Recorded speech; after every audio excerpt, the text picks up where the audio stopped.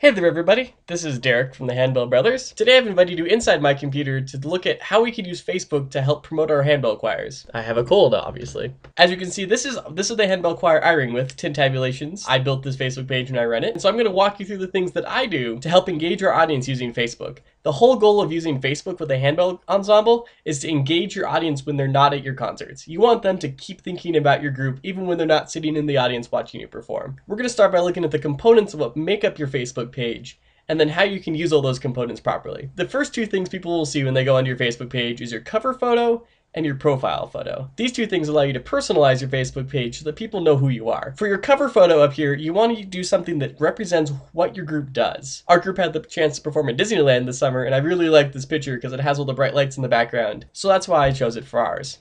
Your profile photo you want to be careful with. Your profile picture is the one that gets shrunk down and is used alongside your name whenever you post something as your group. Now there are a few handbell choirs out there that do a very good job of using your profile and cover photo. For example, I really like Bells of the Sound. This is the group that just posted a whole concert of jazz music, and as you can tell by their cover photo, they're kind of a laid-back group. They take it very easy, and you can tell that between their logo and their picture here. Now here's the Emerald City Ringers. They're in their formal concert attire with ties and everything like that. This is a much more formal group. Now there's nothing wrong with that, it's just that's the style of music. The group's cover photo I just ran across and really enjoyed is the Philadelphia Handbell Ensemble. This is a fun group, and you can tell just by the way they posted their profile picture that this is a group that I'd want to look into more. Now if you notice in all three of these examples so far, they all have a picture as their cover photo and they have their logo as their profile picture. Here's Strike Point. This is a really creative cover photo. It really catches your attention. It makes you curious as to what the group is all about. However, I'm not a big fan of using a group photo as your cover photo. Typically there are 12 to 14 people in a handbell ensemble, and trying to squeeze all those people into a little bitty picture is rather difficult. Also, when that picture gets compressed down and used as their icon, it becomes even harder to tell what the picture is of. So be careful when you're using your group photo as your profile picture. Now, what to post as a handbell choir can be challenging. Here are some examples of things that I post. Here's a picture I posted this weekend from my smartphone of a festival we did with some ringers in town. Now, as you can tell, this isn't the highest quality picture. However, it works great for Facebook because it shows our ringers having fun at the festival in an action shot. One thing to keep in mind when you're posting pictures to Facebook is you can actually change what part of the picture is shown. Facebook likes to guess what part of the picture you want us to have seen,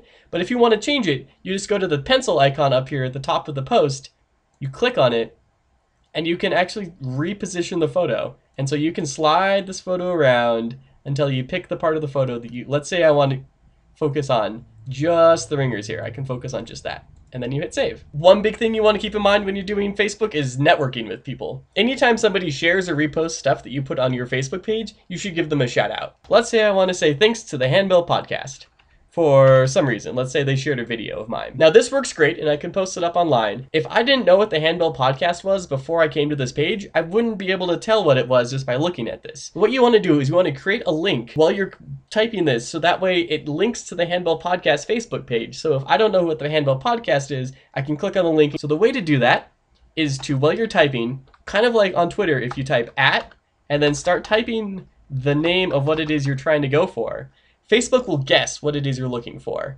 I'm looking for the Handbell Podcast, so I'll click on that.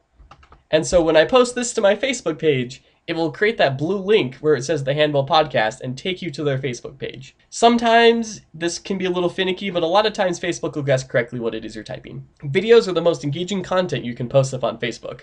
Facebook says that video posts are 120% more likely to be clicked on than just a regular status update that you put up on your Facebook page. I always upload my videos to YouTube and then post them on Facebook. Facebook video is very finicky, and if I want to use those videos later to embed in a website or email to somebody, you can't really do that off of Facebook videos. I really recommend that people upload them to YouTube and then copy the links over into Facebook. We'll do a whole separate video on YouTube later.